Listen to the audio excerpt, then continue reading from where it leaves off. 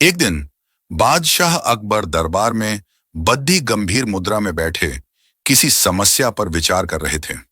बादशाह के आसन के पास ही कुछ ज्योतिषी बैठे हुए मंत्रणा में लगे हुए थे। उनके चेहरों से भी तनाव झलक रहा था। तभी बीरबल ने दरबार में प्रवेश किया। वहां का दृश्य देखते ही वे समझ गए कि मामला कुछ गंभीर है। बादशाह के पास पहुंचकर उन्होंने अभिवादन किया और पूछा, जहां पनाह, बात क्या है?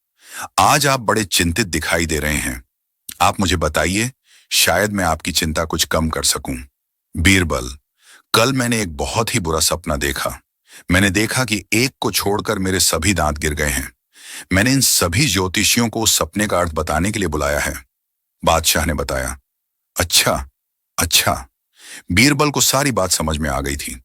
तभी बादशाह ने ज्योतिषियों से पूछा, हाँ जी, तुम लोगों के गुणा भाग का कोई नतीजा निकला या नहीं? निकल है हुजूर।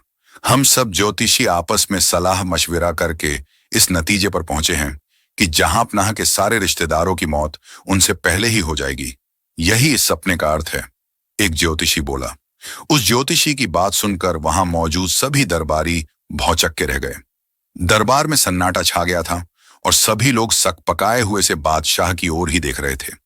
वे डर रहे थे कि कहीं बादशाह का दुख क्रोध में न बदल जाए। ज्योतिषियों की तो हालत खराब हो रही थी।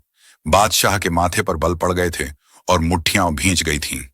बीरबल ने तुरंत हालात संभालने का फैसला कर लिया। वे बादशाह से बोले, हुजूरे आला, मैं भी सपनों का अर्थ निकालने की विद्या थोड़ी बहुत जानता हूं। मुझे लगता है कि इन ज्योतिषियों ने आपके सपने का गलत अर्थ निकाला है। अगर इजाजत हो तो मैं भी इस सपने के बारे में कुछ अर्ज करूं। बोलो बोलो बीरबल। बादशाह के चेहरे पर कुछ चमक आ गई थी। तुम्हारे ख्याल से मेरे सपने का क्या अर्थ हो सकता है? बंद पावर, मेरे विचार से आपके सपने का अर्थ है कि आप दीर्घायु हैं। आप अपने सभी रिश्तेदारों से कहीं लंबे वक्त तक जीवित रहेंगे और यह साम्राज्य आपकी हुकूमत के तले रोशन होता रहेगा। बीरबल की बात सुनकर अकबर के चेहरे पर रौनक आ गई और वे मुस्कुराने लगे।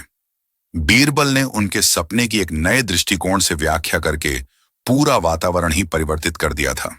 बादशाह ने न सिर्फ बीरबल को पुरस्कृत किया, बल्कि ज्योतिषियों को भी यथा योग्य सम्मान और इनाम देकर विदा किया। सभी ज्योतिषी बीरबल की बुद्धिमत्ता की भूरी भूरी प्रशंसा करते हुए अपने घर गए।